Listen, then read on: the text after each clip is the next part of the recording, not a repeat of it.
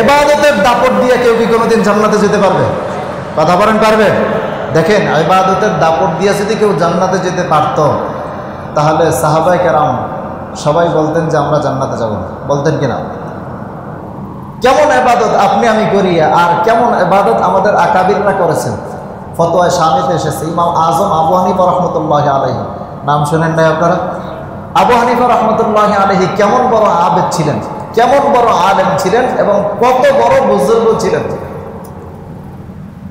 যত সম্ভব হামেশের মধ্যে 48 পৃষ্ঠার মধ্যে এসেছে ফতোয়ায়ে শামিতে, যে ইমাম আজম আবু হানিফা রাহমাতুল্লাহি আলাইহি তিনি তার জীবনে নিজের টাকা খরচ করে জগৎ বিখ্যাত প্রায় 200 আলেম তৈরি করেছেন।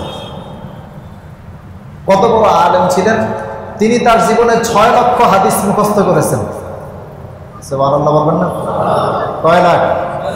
6 লাখ হাদিস মুখস্থ করে তিনি বলেছেন, লাউ ওয়াজাদতু আকসারা মিনহু লাহাফিজতুহু, আমি ইমাম আবু হানিফা যদি আরো বেশি হাদিস পাইতাম সেটাও মুখস্থ করে ফেলতাম।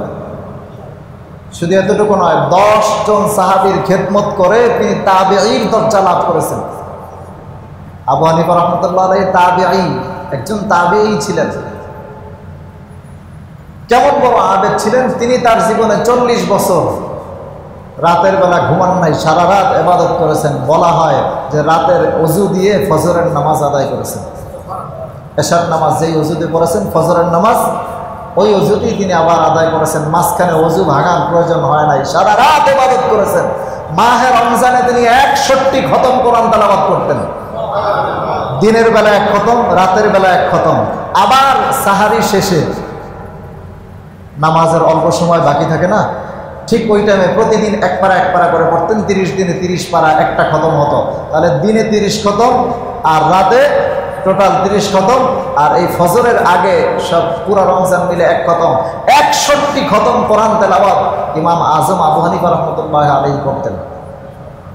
কেমন বড় আলেম ছিলেন তিনি! বলতেন, তার সম্পর্কে বলা হয়, ইন্নাহু রাআ রাব্বাহু আযজা ওয়া জাল্লা ফি হায়াতিহি 100 মাররা, তিনি তার জীবনে 100 বার আমার আল্লাহকে দেখছেন।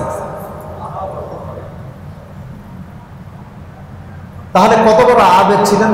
শুধু এতটুকু নয়, ইমাম আবু হানিফা রাহমাতুল্লাহি আলাইহি তিনি তার জীবনে 55 বার হজ ও উমরা করেছেন। জীবনের সর্বশেষ যখন উমরা করতে গেলেন, হজ করতে গেলেন, এমন সময় ওয়ালিয়ে মক্কা, মক্কার গভর্নর তার জন্য কাবার দরজা খুলে দিলেন যে ইমাম আজম আপনি কাবার ভিতরে চলে যান, ভিতরে গিয়ে আপনি নামাজ আদায় করেন। ইমাম আবু হানিফা রাহমাতুল্লাহি আলাইহি কাবার ভিতরে ঢুকে 2 রাকাত নামাজের জন্য দাঁড়াইলেন। কামা আলা রিজলিন ওয়াহিদ, প্রথম রাকাতে 1 পায়ের উপরে দাঁড়ালেন। 1 পায়ের উপরে দাঁড়ায়া আল্লাহর কালামের 15 পারা তেলাওয়াত করে ফেললেন। এরপরে ফারাকা ওয়া সাজাদা, এরপরে রাকু করলেন, সেজদা করলেন। দ্বিতীয় রাকাতে আবার ফাকাম আলা রিজলিন আখার, দ্বিতীয় পায়ে দাঁড়ালেন।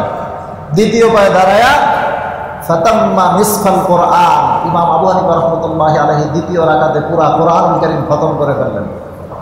2 রাকাত নামাজে 1 খতম কোরআন তেলাওয়াত করে ইমাম আজম আবু হানিফা রাহমাতুল্লাহি আলাইহি আল্লাহর কাছে দোয়া করতেছেন, আল্লাহ আমার জীবনে এমন কোনো আমল নাই যে আমলটা দিয়ে আমি আপনার কাছে কিয়ামতের ময়দানে পার পাবো, যে আমলের বিনিময়ে আমি আপনার কাছে কিয়ামতের দিন জান্নাতের আশা করতে পারি।